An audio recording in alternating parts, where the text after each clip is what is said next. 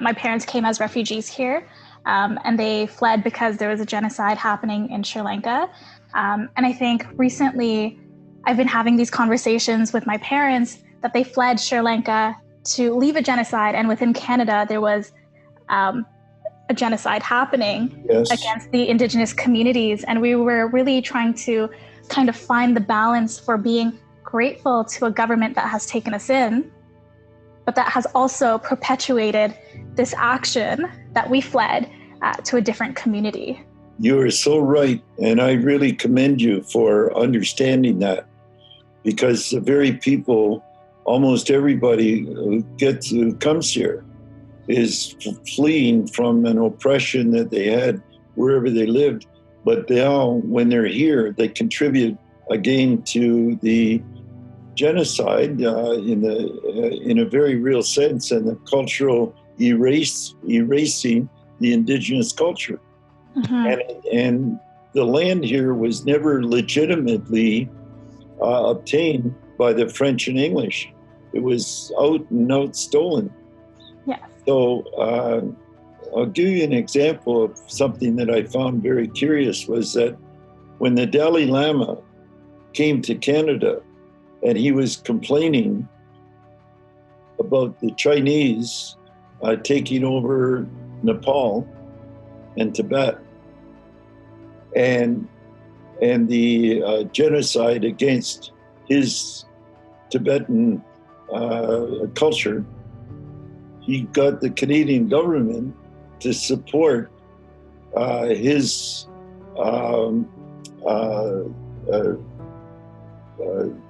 argument against the Chinese, but he never once mentioned the Canadian government's doing exactly to the Indigenous people what the Chinese were doing to him. And he is supposed to be one of the most spiritual people on earth, but because it wasn't affecting him, and it was Chinese and Tibetan, then it was okay for Canadian English and French to do the same thing to us as the Chinese are doing to his people. And that's something that, as a young person, that hypocrisy is just everywhere. Yes. Yeah, in the dominant culture. Yes, for sure. I've been working with my family and trying to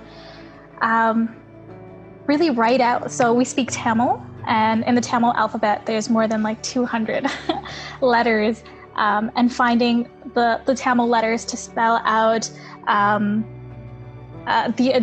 the original owners of this land. So the Haudenosaunee, the Huron-Wendat, the Mississaugas, the First Credit, and it's been a challenge, but I'm just glad that my parents are open to learning this new language at their age. They're a little bit elderly, but I think for them, they're also holding a little bit of guilt because of what they might have perpetuated when supporting the Canadian government. I'll tell you, I don't think that think of it this way. No Tamil ever got in a boat and sailed across the ocean with guns to steal our land from us. You have, and your parents have no associated guilt whatsoever with being here. It wasn't anybody. The Chinese didn't come and do that to us. It was the French, the English, and the Dutch. They are the ones that set it all up. And if you want to, they invite everyone else to come and do their work for them. Yeah. They don't invite immigrants from around the world to share in the wealth. They invite them over to do their work, which while they sit and collect their dividends from their great corporations that they have built, and then they are sitting on stolen land, get other people to do the work for them, collect the money, and then oppress the Indigenous people because they have an extreme injustice that their own courts have declared exist. Yeah. So tell your parents that you spoke to an elder and he told you that you're most welcome to be here and share everything that this beautiful country of ours has to offer. Yeah. It's interesting that you mentioned Tamils on a boat, because a few years ago, there was refugees who came to the West Coast on a boat, and they were fleeing Sri Lanka. And it was actually the Indigenous community that first advocated to like let them on the land, to let them off the boat and on the land. Yes. Yeah. Yeah.